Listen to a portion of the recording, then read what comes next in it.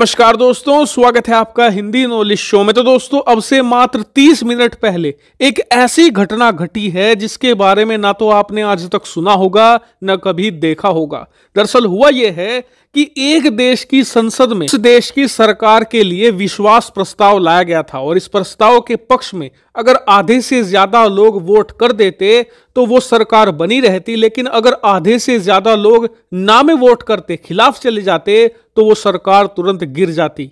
लेकिन अजीब बात यह हो गई कि उस देश की सरकार को अपने सांसदों के तो वोट मिले ही, साथ ही विपक्षियों के भी वोट मिल गए और टोटल 99% सांसद सरकार के साथ चले गए। कुछ ऐसा ही मान लीजिए कि आज प्रधानमंत्री मोदी के साथ उनकी बीजेपी पार्टी तो है ही, साथ ही कांग्रेस भी उन्हें वोट देते संसद में, साथ ही तृणमूल कांग्रेस भी, डीएमके भी और बाकी तमाम जितनी भी छोटी पार्टियां हैं सब मिलकर पीएम मोदी को वोट दें और कहें कि जी ये प्रधानमंत्री बहुत अच्छे हैं और यहीं बने रहने चाहिए। क्या ऐसा कभी हो सकता है? लेकिन ऐसा हुआ है। आप कहोगे कि ऐसा कौन सा ये देश है और वहां पर कौन सा ऐसा राम राज्य आ गया कि वहां पर प्रधानमंत्री के पक्ष में विपक्षी भी आ गए।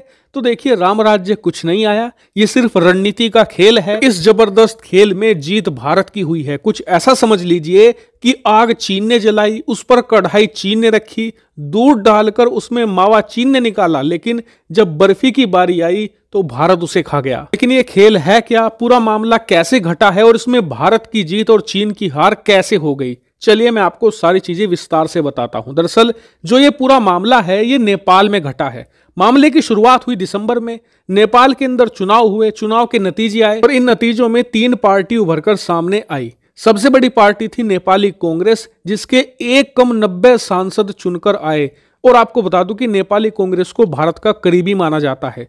दूसरा धड़ा था यहां पर कम्युनिस्टों का। कम्युनिस्टों में 2 पार्टी हैं, एक तो है यूएमएल, केपी ओली शर्मा की पार्टी है जो कट्टर भारत विरोधी है और इनके लगभग 80 सांसद चुनकर आए।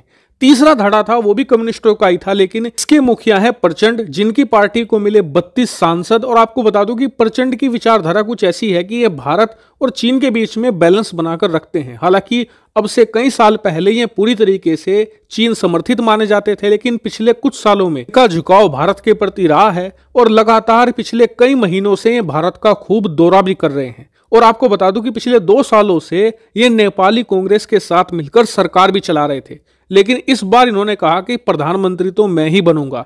और इसीलिए केपी ओली शर्मा जो चीन विरोधी हैं, उन्होंने कह दिया कि हम आपको समर्थन देंगे। और इसीलिए 25 दिसंबर को केपी ओली शर्मा के समर्थन के साथ प्रचंड ने सरकार बनाने का ऐलान कर दिया और प्रधानमंत्री पद की शपथ भी ले ली। लेकिन आज यानी कि 10 जनवरी को इन्हें बहुमत साबित करना था संसद में। लेकिन बहुमत साबित करने से ठीक 48 घंटे पहले जो चीन समर्थित केपी ओली शर्मा है ना, वो थोड़ा बिदकने लगे। उन्होंने कहा, मैं इस 32 सांसद वाले को प्रधानमंत्री क्यों बनाऊं जब मेरे पास 80 सांसद है और कुछ छोटी पार्टी ऐसी भी हैं, किसी को 10 सीट मिली है, किसी को 5 सीट मिली है, किसी को 2 सीट मिली है। इन सभी को इकट्ठा करके किसी तरीके से 138 के आंकड़े के आसपास जा सकता हूं। तो इन्होंने खुद प्रयास करना शुरू कर दिया खुद को प्रधानमंत्री बनाने का।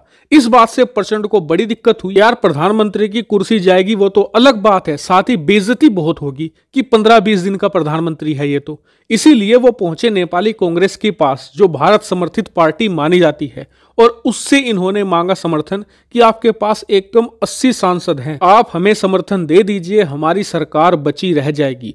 और नेपाली कांग्रेस ने सबको हैरान करते हुए प्रचंड को समर्थन का ऐलान कर दिया। और ये केपी ओली शर्मा के लिए बहुत करारा झटका था, साथ ही चीन के लिए भी झटका था, क्योंकि चीन ये सोच रहा था कि जो ये 2 कम्युनिस्ट पार्टियां हैं यानी कि केपी ओली शर्मा और प्रचंड, इनको एक साथ लाकर सरकार बना देते हैं। क्योंकि पिछले 2 सालों में जब तक नेपाली कांग्रेस की सरकार रही, नेपाल के अंदर ना सिर्फ भारत का इन्फ्लुएंस बना है बल्कि अमेरिका भी बहुत तेजी से एक्सपेंड कर रहा है नेपाल में। और ये चीन के लिए बहुत ही ज्यादा घातक बात है। इसलिए चीन जल्द से जल्द नेपाल के अंदर एक कम्युनिस्ट सरकार चाहता था, ताकि भारत के साथ साथ अमेरिका का इन्फ्लुएंस भी वो उखाड़ फेंके। और 25 दिसंबर को वो ये करने में कामयाब भी रहा। नेपाली कांग्रेस को सबसे ज्यादा सीट मिली, लेकिन फिर भी चीन ने जितनी भी कम्युनिस्ट पार्टियां थी सबको इकट्ठा करके प्रचंड को प्रधानमंत्री बना दिया था। और प्रचंड के पीछे कौन खड़ा था? केपी ओली शर्मा, जिसके सबसे ज्यादा सांसद थे, मतलब कि सरकार में सबसे ज्यादा इन्फ्लुएंस भी केपी ओली शर्मा का ही होता। इसीलिए पिछले 15-20 दिनों से भारत अमेरिका इसको लेकर बहुत ही ज्यादा चिंतित थे। लेकिन अब से कुछ ही घंटे पहले जैसे ही नेपाली कांग्रेस ने ऐलान किया कि वो प्रचंड को समर्थन देंगे और उनकी सरकार बनाने में मदद करेंगे, तो भारत समेत अमेरिका की भी बाँछें खिल उठी, क्योंकि केपी ओली शर्मा की सारी रणनीति चीन के साथ धराशायी कर दी गई। लेकिन सबसे मजेदार नजारा तो अब से आधे घंटे पहले नेपाल की संसद में घटा। दरअसल जब केपी ओली शर्मा और चीन ने देखा कि वो प्रचंड की सरकार गिराकर केपी ओली शर्मा की सरकार नहीं बना सकते और साथ ही वो प्रचंड को दबाव में भी नहीं ला सकते, क्यों? क्योंकि भविष्य में अगर केपी ओली शर्मा ये कहते प्रचंड को कि तुम प्रधानमंत्री बन गए हो, अब भारत विरोधी काम करो, और प्रचंड मना कर देंगे क्योंकि भारत के साथ अच्छे संबंध है, तो केपी ओली शर्मा क्या डर दिखाएंगे कि हम तुमसे समर्थन वापस लेकर तुम्हारी सरकार गिरा देंगे। लेकिन अब वो डर नहीं है, क्योंकि नेपाली कांग्रेस के एकम 90 सांसद प्रचंड के साथ हैं। और इसीलिए जब आज वोटिंग हुई तो पहले 32 सांसद आए प्रचंड के साथ जो उनकी पार्टी के थे, उसके बाद नेपाली कांग्रेस के एकम 90 सांसद भी प्रचंड के साथ चले गए। जब देखा चीन और केपी ओली शर्मा ने, भाई प्रचंड की सरकार तो बच गई, अब इनके पास कोई ऑप्शन नहीं था, क्योंकि अगर ये प्रचंड के खिलाफ वोट करते तो प्रचंड भारत विरोधी तो छोड़ो, उल्टा चीन विरोधी काम करना शुरू कर देते। इसीलिए अंत में चीन ने हथियार डाल दिए और केपी ओली शर्मा से भी अपने सारे वोट प्रचंड के पक्ष में डलवा दिए, और इसी तरीके से प्रचंड ने इतिहास रच दिया और वो पहले ऐसे प्रधानमंत्री बने जिन्हें अपनी संसद के 99% सांसदों ने वोट देकर प्रधानमंत्री बनवा दिया है। हालांकि अब देखने वाली बात यह है कि प्रचंड की क्या अप्रोच रहती है, क्या वो भारत का साथ देते हैं, क्या वो चीन के साथ जाते हैं या फिर न्यूट्रल रहते हैं। मैं आपको नेपाल की आने वाली पॉलिसी पर अपडेट देता रहूंगा। फिलहाल इस वीडियो में इतना ही। Thank you very much for watching video.